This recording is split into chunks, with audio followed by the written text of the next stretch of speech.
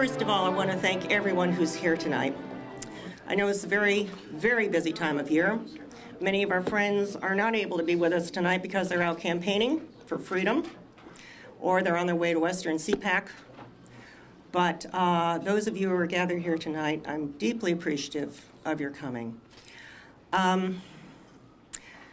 Some of you in the room knew John. Many of you did not. And that's a shame, because he was an incredible person. And besides being one of my closest and dearest friends and colleagues over the years, he was one of the smartest guys I ever knew. John and I began working together and got to know each other just down the block, couple blocks down, at a townhouse, 736 Jackson Place. It was the Commission on the Bicentennial of the Constitution. Ronald Reagan, in his infinite wisdom, had decided the best way to get Warren Burger off the Supreme Court was to give him a really plum job. And he got the chairmanship, and he was a fine chairman. And John and I got to know each other then. And one day we went to lunch.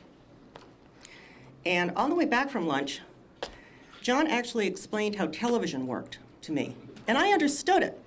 And anybody here in this room knows I can't even operate my cell phone with any degree of accuracy or competence.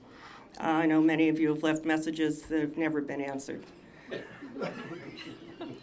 But John had a knack for explaining things and figuring things out that surpassed just about anybody I knew.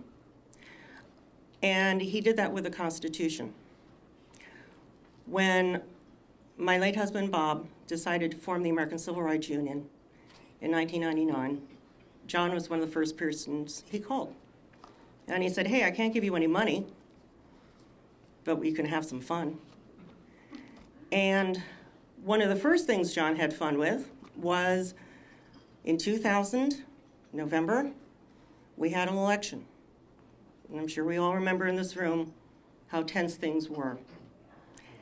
And the case went to the Supreme Court on an expedited basis. And Bob and I were living in San Diego at the time. And he was on the phone with John. I think it was the Tuesday before Thanksgiving. And John was explaining to Bob what his argument would be. And Bob said, that's a great argument. He said, can you possibly put the brief together? And John said, sure. When is it due? Bob said, next Tuesday. So needless to say, there weren't many briefs filed, but ours was. And we had a legal team of one. The only other organizations that filed briefs were much larger and more powerful than ours. But we were right. And as we all know, it finally turned out fine. But John was always ready to take on a challenge. He looked for challenges.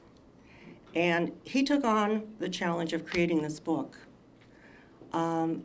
He began it, what, 10 years ago? 10 years ago. And I would from time to time hear mention of this Tom Paine book he was writing.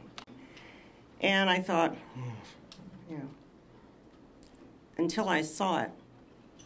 And John managed to take some very complex concepts, the concepts that are really rooted in our independence, and he's made a very understandable and very readable book, and something that I'm hoping will be a bestseller, because this will educate the American people as to what the whole thing is all about.